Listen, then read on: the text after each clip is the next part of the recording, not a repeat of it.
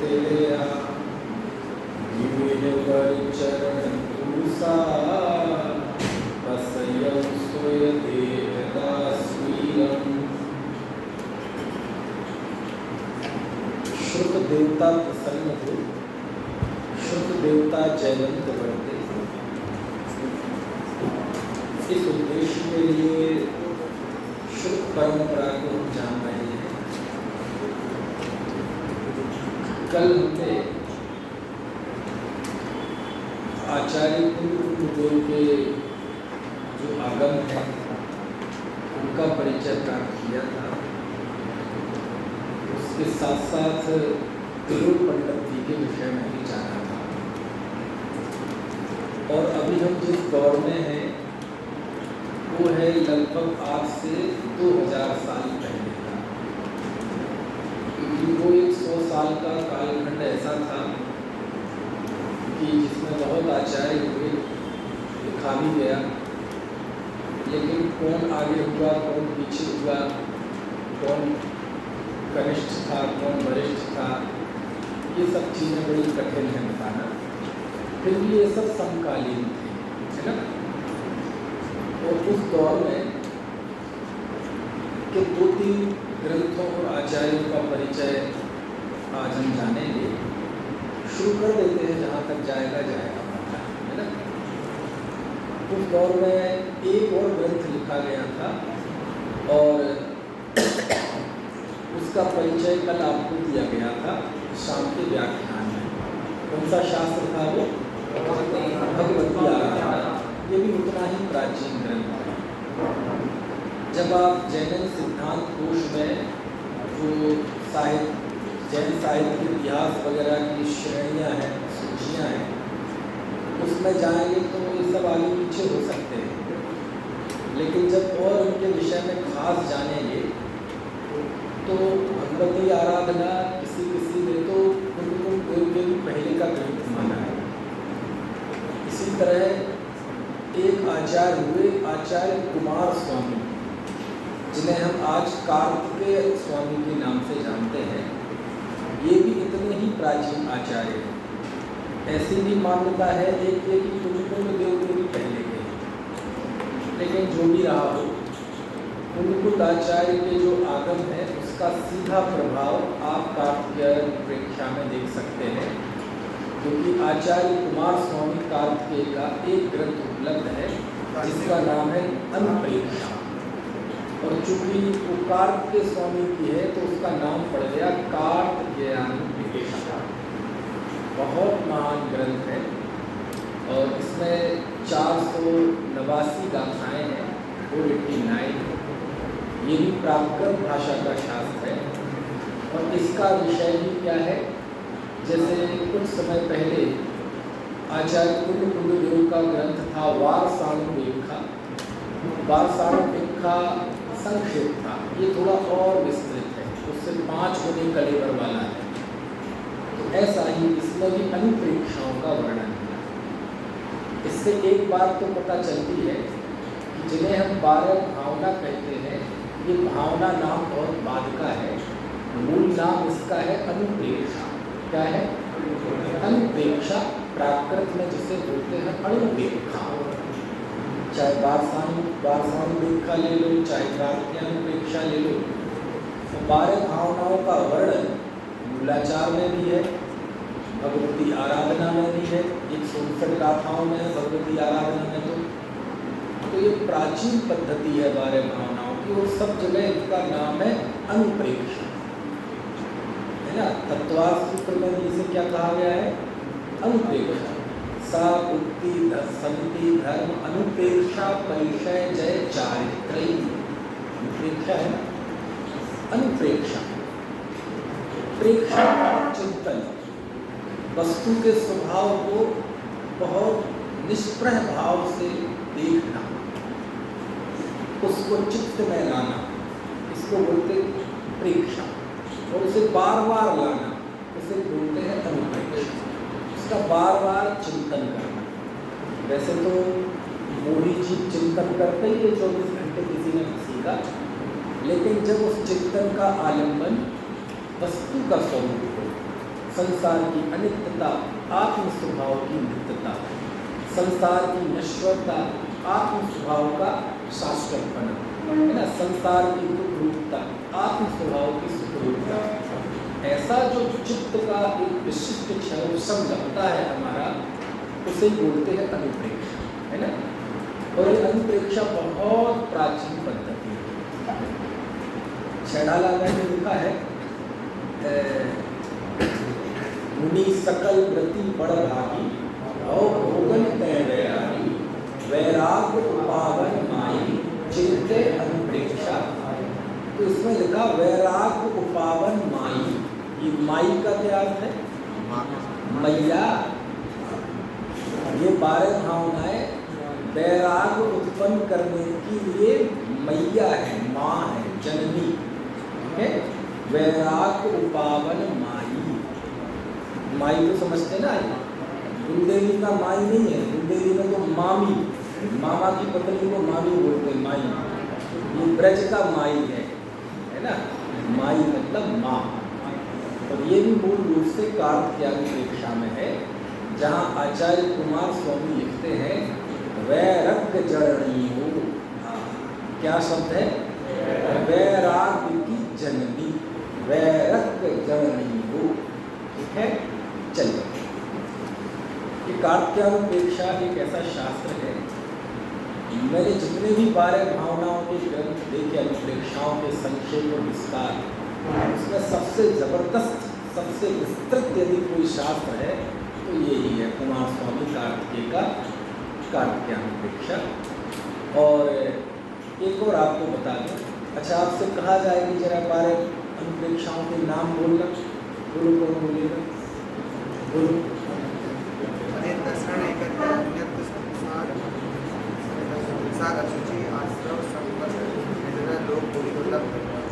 यही है और कोई और है? चलो, मतलब जो आप जानते हैं तत्वार सूत्रकार ने जो लिखा, अनेक दर्शन संसार आदि। लेकिन आपको बताऊं मैं, तत्वार सूत्र के पहले जो 12 अनुप्रेक्षाओं का जो क्रम था वो अलग था, नाम भी 1-2 में फर्क था। जैसे अनित्य नहीं थी, अध्रुव भावना थी। चाहे कार्तिकेय अनुप्रेक्षा में चले जाइए, चाहे वार्षाणुप्रेक्षा में चले जाइए, चाहे मूलाचार में चले जाइए, चाहे भगवती आराधना में चले जाइए, प्रतिक्रमण पाठों में चले जाइए, प्राचीन नाम और क्रम में फर्क है, समझ आए?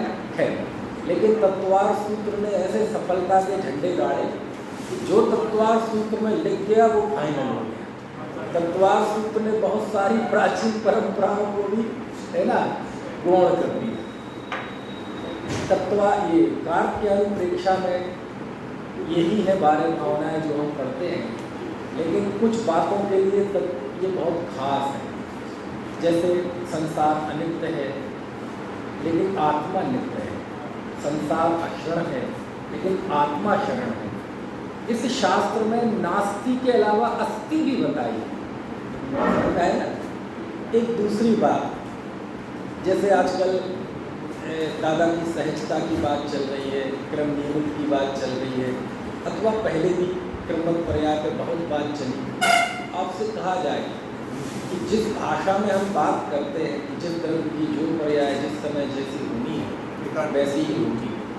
ये जो महासत्य है, पूरा आगम 2000 साल का आगम आप छानो छन्नी से, बारीक कपड़े से, और ढूंढ के लाओ कि इस एंगल से किस आचार्य ने कहाँ बात की है।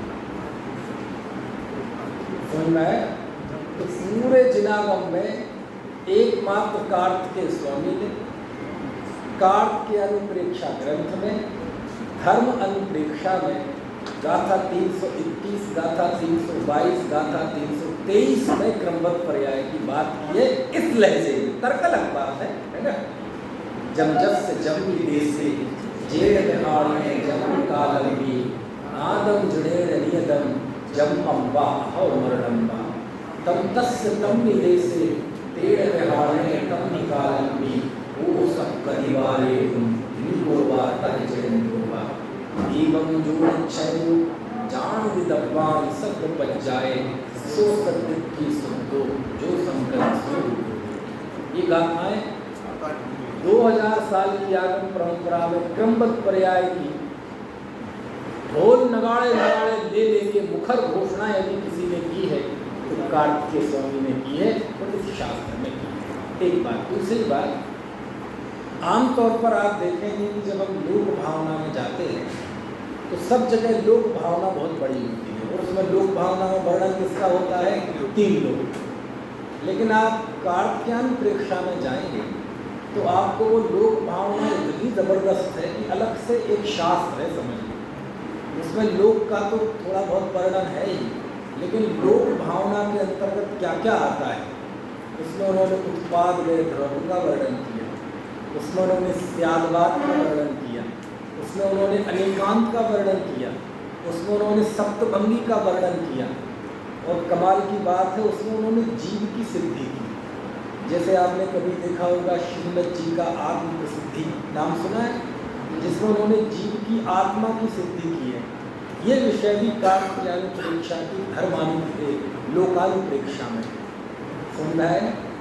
चलिए, हम कहते हैं कोई किसी को मार नहीं सकता, कोई किसी को बचा नहीं सकता।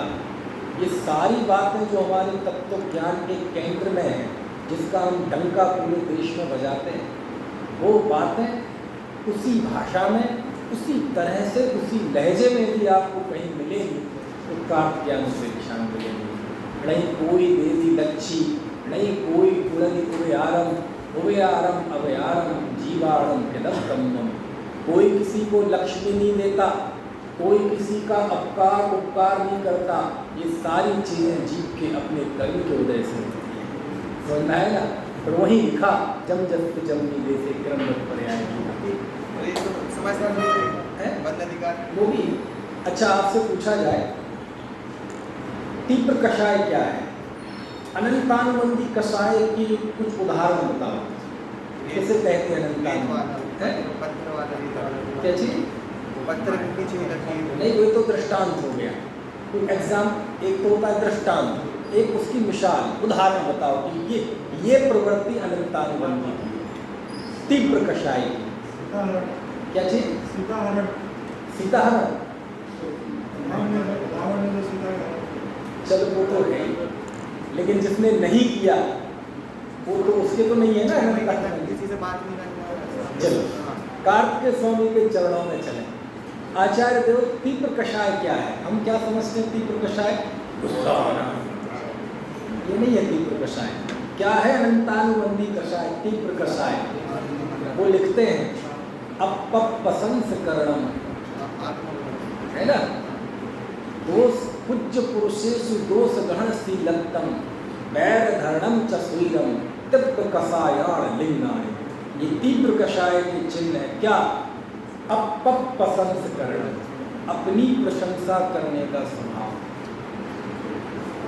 पूज्येषु भी दोष गहन शीलत्तम, पूज्य पुरुषों के दोष देखने का स्वभाव। दिख जाए वो नहीं है अनंतानुबंधी कषाय, लेकिन वो आपका एटीट्यूड होना, वो आपका नेचर होना कि दोषी देखेंगे दूसरों को। अपनी कभी बात आ जाए, अपना परिचय देना पड़े, अलग बात है, लेकिन ये स्वभाव होना, अपनी प्रशंसा करना। और तीसरा लिखा वैर धरणम चस्वीरम, लंबे समय तक मन में किसी के प्रति वैर धारण करना। ये तीव्र कषाय के चिन्ह है, समझाएगा? अच्छा, अगली बात, धर्म किसे कहते हैं? कौन बताएगा? धर्म, धर्म किसे कहते हैं? बोलो। चलते फिरते साधु को धर्म है। अभी जो मैंने बताया था वो छोड़ दो और बताओ कुछ। दया धर्म है, और वस्तु का स्वभाव धर्म है। व्यक्ति, हाँ, समंत भद्राचार्य, रत्नप्राचार्य, जो चारों गति से छुड़ाकर उत्तम सुख में धर दे उसका नाम धर्म है। ठीक है? हाँ बताइए। हाँ बताओ। वीतरागता धर्म, ठीक है। अच्छा, आपसे पूछा जाए वस्तु का स्वभाव धर्म है, ये बात कहाँ लिखी? किसमें? नाम ले दो ना जिस शास्त्र को हम पढ़ रहे हैं। देखो, आचार्य कार्तिकेय स्वामी के चरणों में चले, सब मिलके पहुंचे। आचार्य देव, धर्म क्या है? तो आचार्य कार्तिकेय स्वामी ने कार्तिकेयानुप्रेक्षा की एक गाथा में धर्म की 4 परिभाषाएं दी। गाथा नंबर 476 476, उसमें वो लिखते हैं धम्मो वत्थु साहब। ये गाथा तो पढ़ो, ऐसे मजा नहीं आएगा, मैं बुलवाता हूँ आपको। धम्मो वत्थु साहबो, धम्मो वत्थु साहबो, खमादि भावो यदस्विहो धम्मो, खमादि भावो यदस्विहो धम्मो, रैणत्तयं च धम्मो, रैणत्तयं च धम्मो, जीवाणं रक्षणं धम्मो, जीवाणं रक्षणं धम्मो। क्या बढ़िया गाता है। ऐसे स्वर में जब तेज पढ़ा जाए ना तो वैसा लगता है जैसे ओमकारमयी दिव्य ध्वनि खिल रही है ना। अब आपको याद होती और इस लय में पढ़ते तो देखो एक गाथा में 4 धर्म की परिभाषा, तो 4 प्रकार का धर्म है क्या? नहीं, एक ही धर्म है, है ना। लेकिन धर्म को किस किस तरह से परिभाषित करते हैं आचार्य? क्या लिखा? धम्मो वत्थु सहावो। अपन कहते झंडा वस्तु का स्वभाव धर्म, वस्तु कहाँ लिखा? ये बात कार्तिकेय स्वामी ने लिखी। धम्मो वत्थु सहावो, वस्तु के स्वभाव को धर्म कहते हैं। और क्षमादि भाव, क्षमा आदि भाव, उत्तम क्षमा आदि भाव, क्षमा आदि भाव 10 विहो धम्मो। 10 विहो मतलब 10 विधा, 10 प्रकार का ये धर्म। तीसरा रैणत्तयं च धम्मो, रत्नत्रय धर्म है। और चौथा जीवाणं रक्षणं धम्मो, जीवों की रक्षा धर्म। समझ आएगा? अब सोचो आपको एक गाथा याद करनी चाहिए कि नहीं? धर्म की 4 परिभाषाएं, 4 लक्षण, एक गाथा है। मैं बोलता हूँ अपने आनंद के लिए, आप भी दोहरा लेना, मैं फिर से दोहराता हूँ, आप कोशिश करना। धम्मो वत्थु सहावो, धम्मो वत्थु सहावो, खमादि भावो यदस्विहो धम्मो, खमादि भावो यदस्विहो धम्मो, रैणत्तयं च धम्मो, रैणत्तयं च धम्मो, जीवाणं रक्षणं धम्मो, जीवाणं रक्षणं धम्मो। कहने का आशय ये है कि हमें तो एक दो उदाहरण इसलिए दे देते हैं गाथाओं के, थोड़ा सा मुँह में चखा दें ताकि आपको पता चले कि इसमें है क्या। बहुत आनंददायी ग्रंथ है, एक बैठक में पढ़ जाएं आप, लेकिन चूँकि बहुत बड़ा है, 489 गाथाएँ, लेकिन पढ़ेंगे तो छोड़ने का मन ना करें, एक से एक। चलो, ये भी उसी समय का ग्रंथ है, कुंदाचार्य के समय का है। अब एग्जैक्ट क्या काल है उसका समय ये कहना कठिन है। उस दौर के भगवती आराधना का मैं परिचय दे चुका हूँ, तिलोय पंडित का दे चुका हूँ। अब आज मेरा मन कर रहा है थोड़ा एक पीढ़ी आगे की तरफ हम बढ़ें, ठीक है? यानी हमारे श्रुतधर आचार्यों की जो पहली पीढ़ी थी, जिन्होंने अनेक शैलियों को स्थापित किया, जिनवाणी के अनेक शैलियों का शिलान्यास किया, अब उसके एक पीढ़ी और अब जब आगे बढ़ते हैं तो उसमें सबसे पहला जो नाम आता है बताओ। हाँ बताओ। आचार्य यति वृषभ और आचार्य कार्तिकेय का संग कौन सा था? आचार्य यति वृषभ का संग तो था गुणधर आचार्य वाला संग, गुणधर आचार्य की परंपरा में था। कुमार स्वामी कार्तिकेय का ऐसा कोई परिचय उनकी गुरुआवली ऐसा पढ़ने में नहीं आया। जैसे कुंद आचार्य का नंदी संग था ना, वैसा वो उनके बारे में जाना कुछ नहीं, कार्तिकेय स्वामी के बारे में। अनित्य और अद्रुप में क्या अंतर है? अनित्य और अद्रुप में फर्क है। अनित्य यानी जो नित्य ना हो, और अद्रुप यानी जो कम ज़्यादा होता रहे। ध्रुव ना, हाँ, जैसे टेम्परेचर होता है कम ज़्यादा मतलब अद्रुप और अद्रुप एक ही। हाँ, तो कहने का आशय है जैसे मनुष्य पर्याय है, अनित्य है, अनित्य है मतलब अनंत काल तक नहीं रहेगी, लेकिन अध्रुव नहीं है। अध्रुव मतलब कम ज़्यादा होगा, कम ज़्यादा होगा, कम ज़्यादा होगा। मोटे अर्थ में तो दोनों एक ही है, लेकिन ये बारीक फर्क है। अध्रुव यानी होता है जितने समय रहे वो उतने समय में भी ही ना दिखता, टेम्परेचर घटना बढ़ना, है ना, उसको कहलाता अध्रुव पड़ना। और सामान्य अर्थ में इतना ही अध्रुव मतलब जो ध्रुव ना रहे, एक सा ना रहे, ठीक है। मतलब अभवी जो है वो अध्रुव है लेकिन नित्य है एक प्रकार से। कौन? अभवी अध्रुव है लेकिन नित्य है। अभव्य, अभव्य तो पना तो पारणामिक भाव है, तो पारणामिक भाव ऐसा कोई नहीं होता कि वो ध्रुव अध्रुव हो। वो पारणामिक भाव तो कर्म के उदय सत्ता आदि से रहित होता है। और दूसरा प्रश्न ये था कि जो जीवों की रक्षा करने की बात की और जो दया की धर्म है वो वास्तव में पुण्य बांधते हैं, क्योंकि अष्टावक्र एक तरीके से उपचार से उनको हाँ, कर्म होता है। निश्चय व्यवहार दोनों को शामिल कर लिया ना भाई। जो भी साधक होता है उसको स्वाभाविक रूप से जीवों के प्रति दया का भाव होता है, होता ही है ना, तो उसे भी व्यवहार से धर्म कहेंगे। चलिए अब थोड़ा सा चर्चा आगे बढ़ती है। आचार्य कुंद की जब शिष्यावली का जिक्र आता है तो पट्टावलियों में नंदी संघ की पट्टावली में आचार्य कुंद के बाद किसी का नाम आता है तो वो है आचार्य कुंदपेक्ष, जिन्हें हम उमा स्वामी के नाम से जानते हैं। हालांकि बहुत अधिक उल्लेख नहीं है कि 2-5-10 आगम प्रमाण मिलते हों, बस एक आधी आगम है पट्टावली, उसमें उनका नाम आता है। और ये गृद्धपृक्षाचार्य उमा स्वामी नाम तो बहुत बाद में पढ़ा, एक श्लोक वो कहीं शिलालेख में मिला है जिसे हम विद्राग विज्ञान पाठमाला में पढ़ते हैं। कौन सा है? तत्वार्थ सूत्रकर्ता वंदे गणित संजातम उमा स्वामी में, बस ये।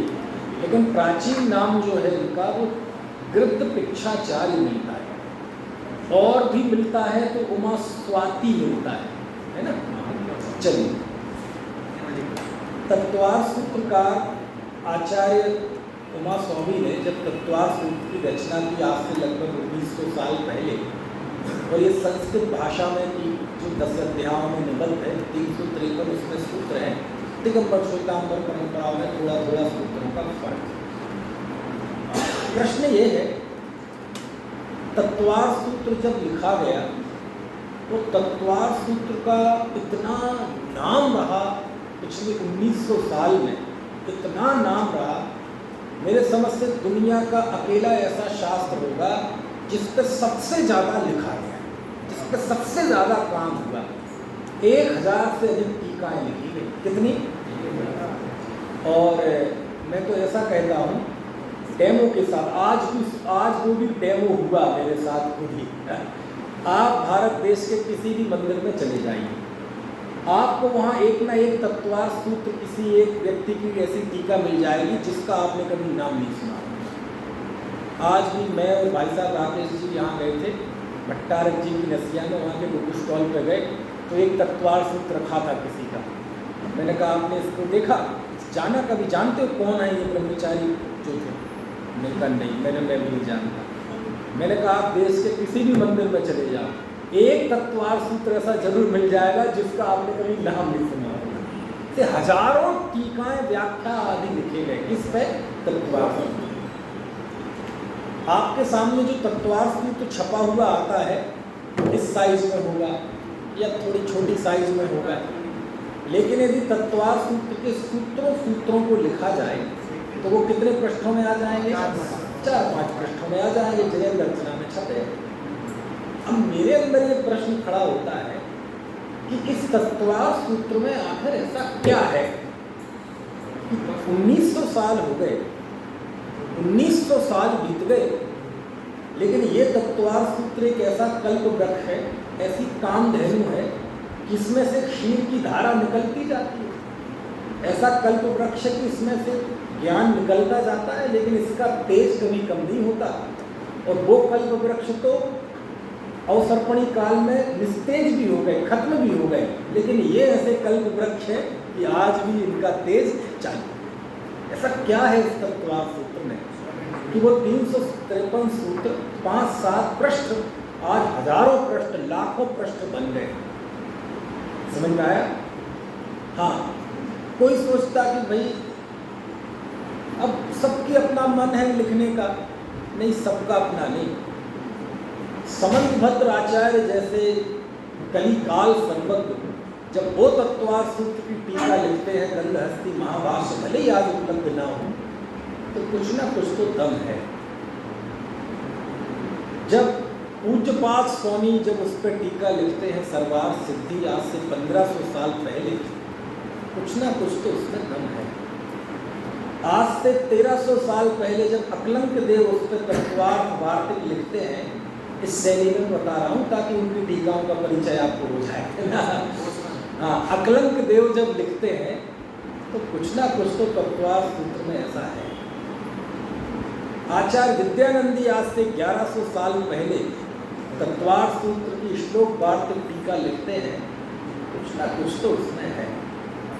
और जिसमें इतने मोटे मोटे 7 वॉल्यूम हैं, इतने मोटे मोटे तत्वार्थ श्लोक वार्तिक के, जिसमें पहला वॉल्यूम तो केवल पहले सूत्र पे है, सम्यक दर्शन ज्ञान चारित्राणि मोक्ष मार्ग।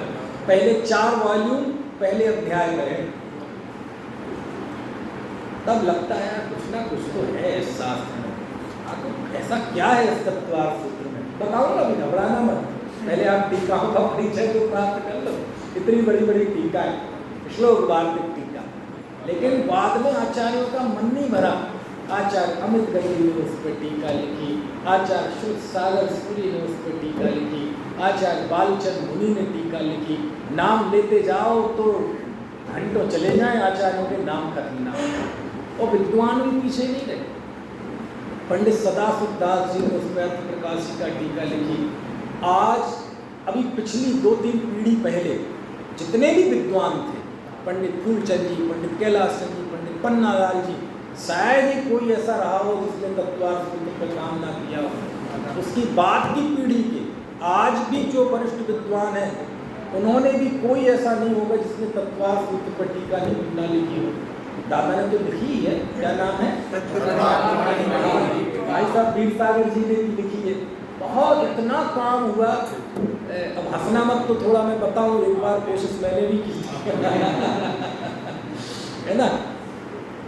और इतनी विधाओं में अमृत चंदाचार्य जैसे संत ने टीका लिखी। सोचो आप, अमृत चंदाचार्य जैसे, हजारों हजारों हजारों, अतिशोक्ति नहीं कर रहा हूं, ध्यान रखना, अतिशोक्ति नहीं, लिखी गई। तो फिर प्रश्न उठता है कि 1900 साल में युग बदला, परिस्थितियां बदली, सब कुछ बदला, लेकिन इसका महत्व कम नहीं हुआ। यानी कुछ ना कुछ तो इसमें जान है, क्योंकि दुनिया में यदि कुछ होता है तो कुछ होता है उसमें, समझ में है ना, उसमें कुछ होता है। अब वो क्या होता है वो हमें देखिए। ठीक है, आपको प्रश्न समझ में आ गया मेरा कि नहीं? चल, अब इसका जरा जवाब खोजने की कोशिश करते हैं। अच्छा, जैसे मैं आपसे पूछूं कि तत्वार्थ सूत्र का इतना महत्व क्यों है, आप बताओ अपने मन से, बताओ। जैसे छेड़ा में लिखा है ना, जीवादि प्रयोजन तत्व, मतलब जीवादि 7 तत्व भी यही प्रयोजन तत्व, और तत्वार्थ सूत्र के अंदर इन्हीं 7 तत्व के बारे में चर्चा की गई है। 7 तत्व जो कि प्रयोजन भूत तत्व है, उसका विवेचन है, इसलिए इतना महान हो गया। चलो, बहुत अच्छा। एक और बताओ। जैनागम के समस्त विषयों को अपने अंदर ग्रहित करना। शाबाश, बैठो और बताओ। चलो मैं बताता हूँ, बहुत अच्छा बताया दोनों ने। क्या हुआ, जिस समय हमारे श्रुत के लेखन का सिलसिला प्रारंभ हुआ, उस समय आमतौर पर प्राकृत भाषा में हमारे जैनाचार्यों ने लिखा। और प्राकृत भाषा आपको बताया मैंने, जन भाषा थी, अनपढ़ों की भी भाषा थी, अशिक्षितों की, खेत में काम करने वालों की, आम आदमी की भाषा भी थी, सर्वहारा वर्ग की। लेकिन उस समय विद्वानों की भाषा संस्कृत थी। उस समय अन्य जगह लिटरेचर लिखा जाता था, साहित्य तो संस्कृत में लिखा जाता था। और आमतौर पर संस्कृत का पे ब्राह्मणों का एकाधिकार था। और उस समय जितने भी प्रायः दर्शन थे, सबका कोई ना कोई एक प्रतिनिधि शास्त्र हुआ करता था, जो संस्कृत में होता था और सूत्रों में होता था। चाहे जैमिनीय सूत्र हो मीमांसकों का, चाहे गणाद सूत्र हो वैशेषिकों का, चाहे सांख्यकारिका रही हो कपिल मुनि की, हालांकि वो सूत्र उसमें है। यानी सब धर्मों का कोई ना कोई एक ऐसा सूत्रात्मक संस्कृतात्मक ग्रंथ होता था जो उस दर्शन को रिप्रेजेंट करता था। क्या करता था? रिप्रेजेंट। विद्वानों के बीच में बोले क्या है मीमांसा दर्शन, बोले जैमिनी सूत्र देखो। क्या है वैशेषिक, गणाद सूत्र देखो, न्याय सूत्र देखो। क्या है सांख्य का पतंजल दर्शन है ना, ये महाभाष्य देख लो, तो सबका सूत्रात्मक कोई होता था और संस्कृत में होता था। उन विद्वानों की भाषा संस्कृत है। कुछ बात समझ में आ रही? जैसे मेडिकल साइंस इंजीनियरिंग की भाषा मुख्यतः अंग्रेजी है। अब वहाँ कोई इंटरनेशनल मंच पे जाके कोई हिंदी में कोई मेडिकल साइंस समझाने लगे तो कोई समझेगा ही नहीं, बोले इंग्लिश में कन्वर्जन करके लाओ, आप समझ में आएगा, ट्रांसलेशन करके लाओ। तो ये एक बहुत बड़ा प्रश्न था। और आपको तो पता है कि प्राचीन संस्कृति दो रही है, ब्राह्मण संस्कृति और एक श्रवण संस्कृति। श्रवण संस्कृति मतलब जैन की संस्कृति। और कभी कभार पर्याप्त तो इतिहास में जब हम जाएंगे तो दोनों धाराओं में कदाचित टकराव भी देखा गया। हालांकि टकराव बहुत जघन्य स्तर पर टकराव तो बहुत बाद में आया, लेकिन है ना छींटा कसी के स्तर पर काफी था। तो ये भी बात की वो कहने लगे थे, आपको पता कालिदास का नाम सुना आपने? कालिदास को तो पढ़ा भी होगा ना, अभिज्ञान शाकुंतलम रघुवंशम। कालिदास ने प्राकृत भाषा का प्रयोग किया है अपने साहित्य में, लेकिन प्राकृत भाषा किससे बुलवाई है पता है? जो दास दासियां हैं, है ना, जो द्वारपाल हैं, गेट कीपर्स, उनसे, यानी जो निम्न तबके के पात्र हैं उनसे प्राकृत भाषा बुलवाई। मतलब पुराने समय में बोले ये किसकी भाषा है? पढ़े लिखों की तो भाषा है। बोले जैनी तो क्या है, अशिक्षित हैं, अनपढ़ हैं, जाहिलों की भाषा में बात करते हैं। तो पूरे विद्वत जगत में, दर्शन जगत में जैन धर्म का कोई भी ऐसा शास्त्र नहीं था जो गौरव के साथ संस्कृत में हो और सूत्र में हो और ये रखा जाए कि क्या है आरहद दर्शन। बोले ये है आरहद दर्शन। ये कमी किसने महसूस की? उमा स्वामी आचार्य। और इस कमी को पूरा उन्होंने किया, तत्वार सूत्र लिखा, संस्कृत भाषा में लिखा। और जैन दर्शन की जो मूल विचारधारा थी, चाहे तात्विक हो, चाहे उनका आचरण शास्त्र हो, एथिक्स हो, चाहे करणानी योग हो, है ना, वो सारा उन्होंने ज्ञान मीमांसा सब कुछ उन्होंने सूत्रों में लिख के रख दिया। जिसे जैन धर्म पढ़ना हो ये है 5-7 पृष्ठ ले जाओ, समझना है ना।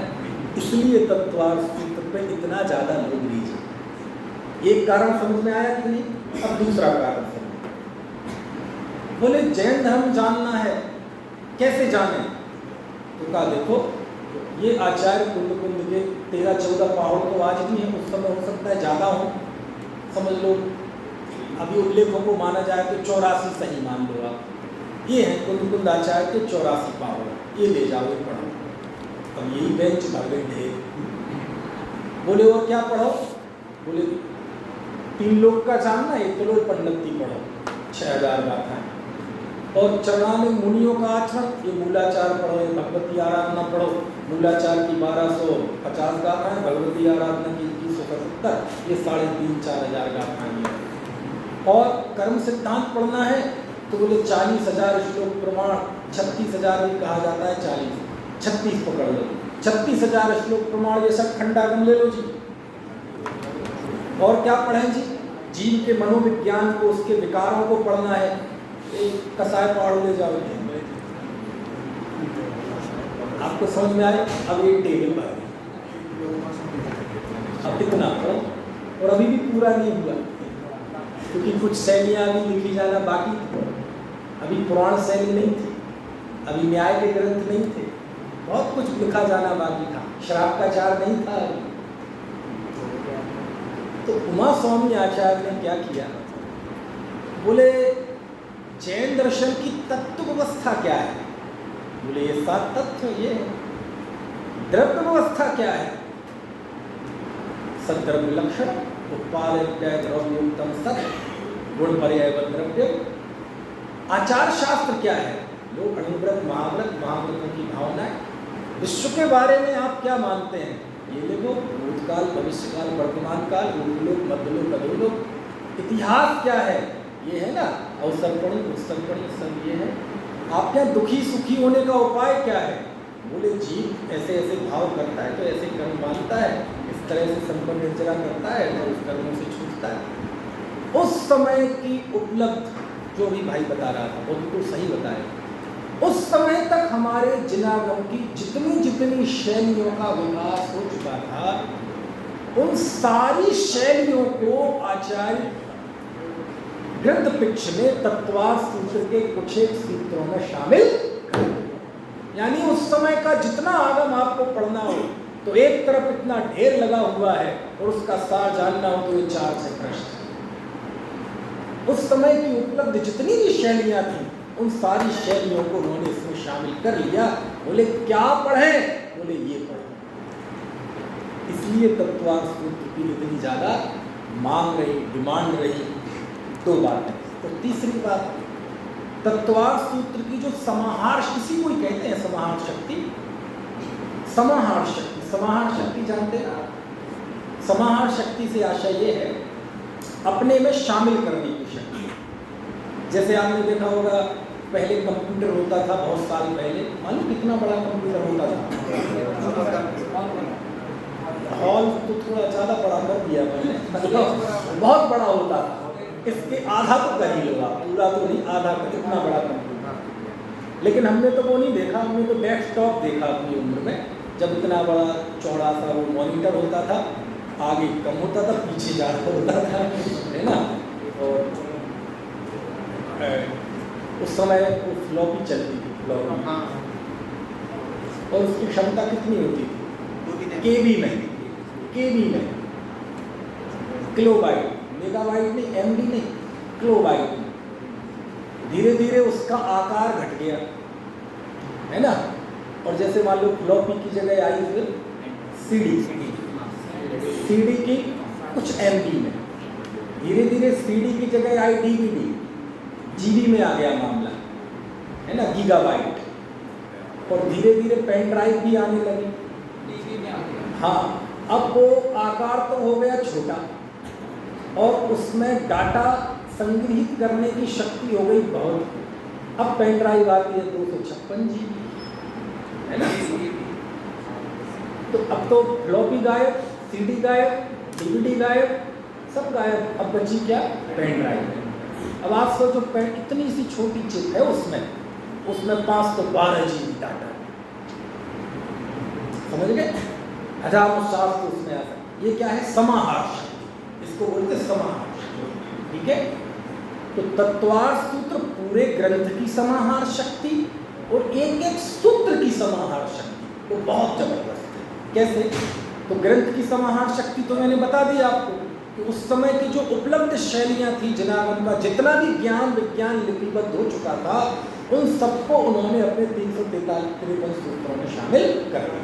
तो एक ग्रंथ की समाहार शक्ति। दूसरा, सूत्रों की समाहार शक्ति। सूत्रों की समाहार शक्ति क्या है बताता हूं आपको। पता, एक और तत्वार्थ सूत्र लिखा गया,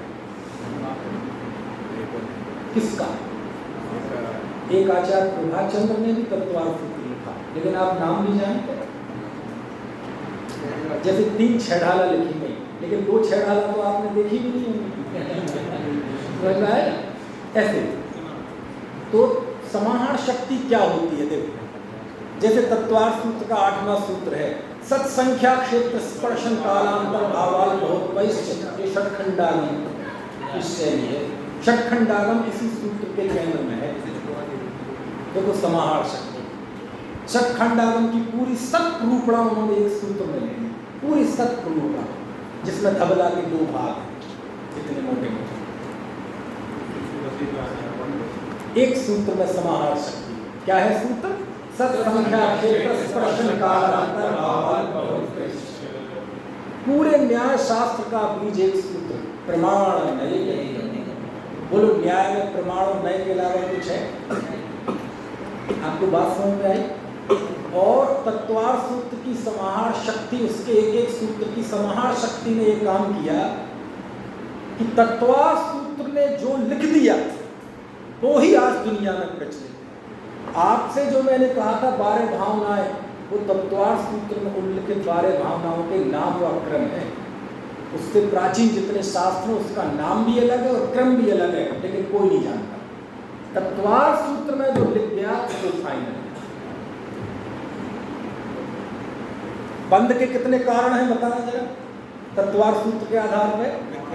मिथ्या दर्शन, अविरति, प्रमाद, कषाय, योग, बंध, हेतु, 5 है ना।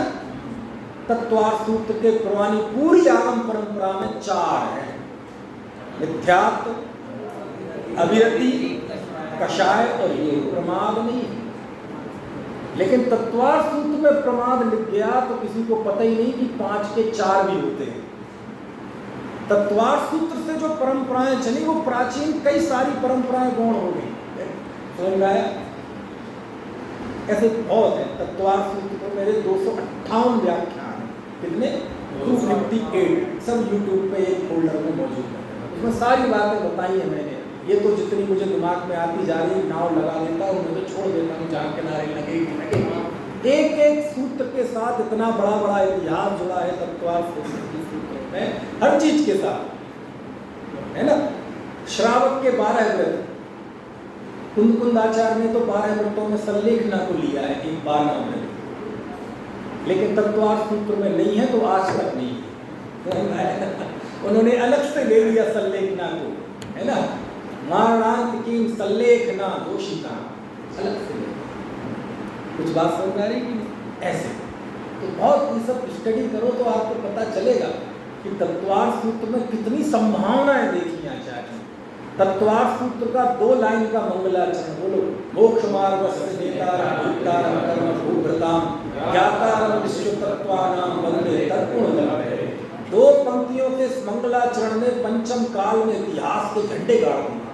इस 2 लाइन पे समंत भद्राचार्य ने 114 कारिकाएं लिखी, जिसे आप मीमांसा कहते हैं, देवागम स्तोत्र कहते हैं। और ऐसी मान्यता है। कुछ बातें जब केवल ज्ञानी हो जाएंगे तभी जान पाएंगे कि वो गंधहस्ती महाभाष्य का मंगलाचरण है। 114 कारिकाएं। आचार्य अकलंक देव को इतने में भी तसल्ली नहीं हुई, उन्होंने स्पष्ट शक्ति लिखी।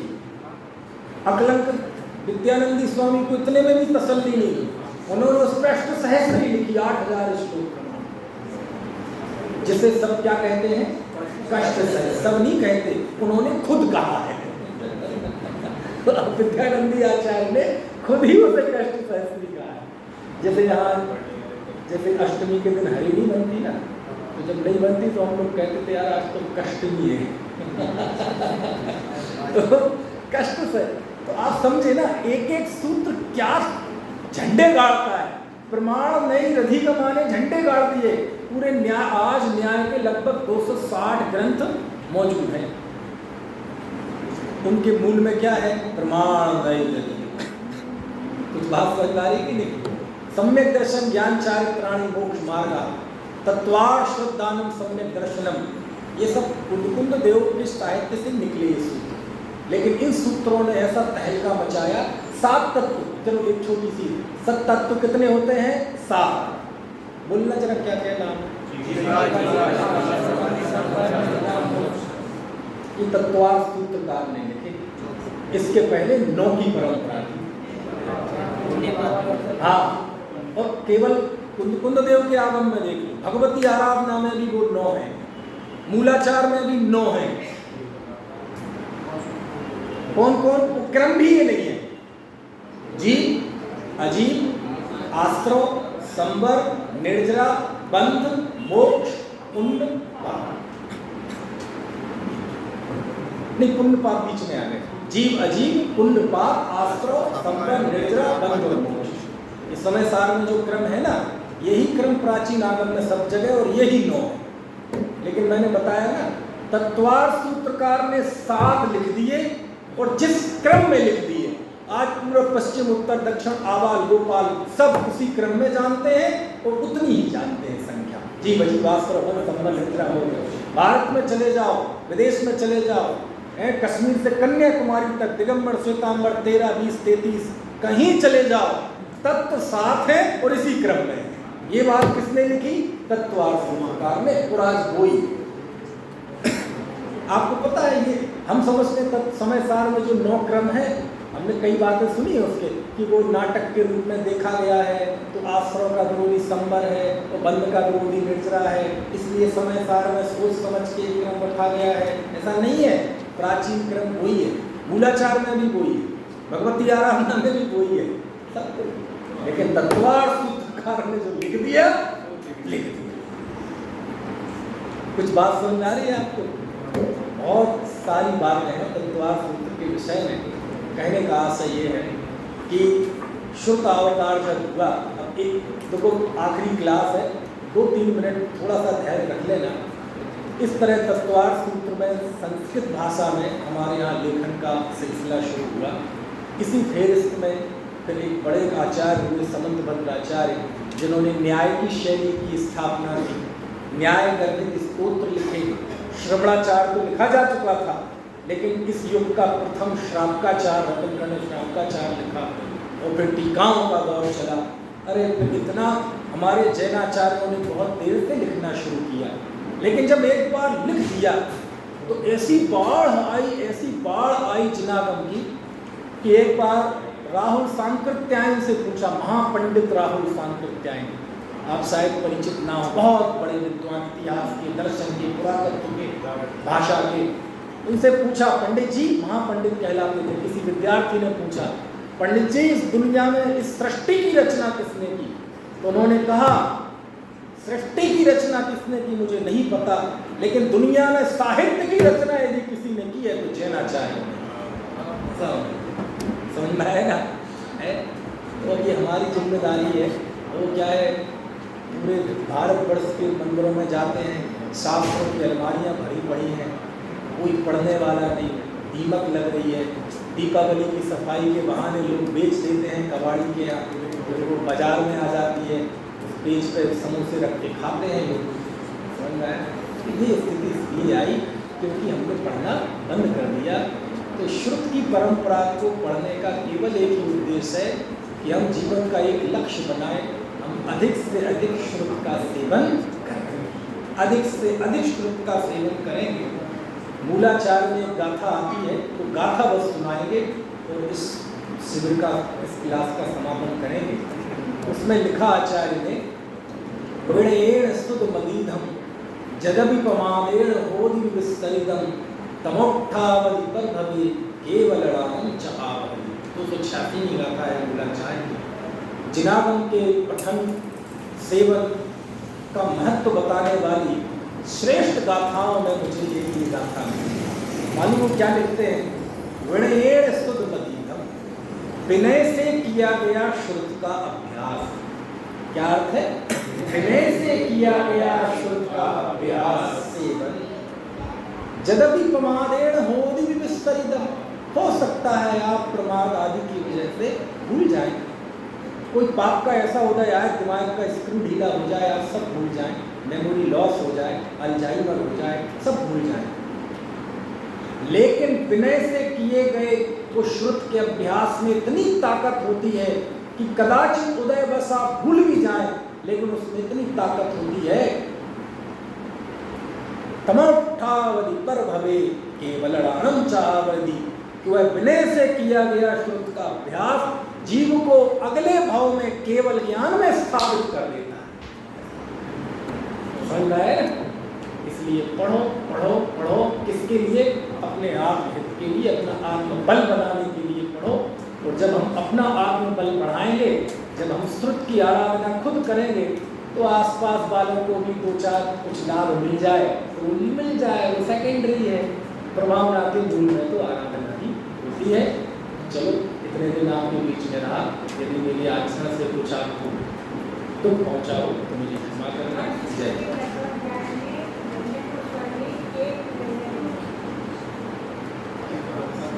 सुनाइए।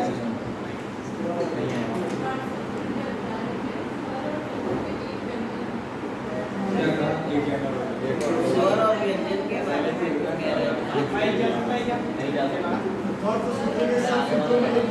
क्या? एक सूत्रों में व्यंजन का इस्तेमाल नहीं किया, ऐसा कहना है। हिंदी वर्ड में लगा एक व्यंजन यूज करेगा। कौन सा? सकार। अच्छा, चलो ठीक है, अच्छी बात है।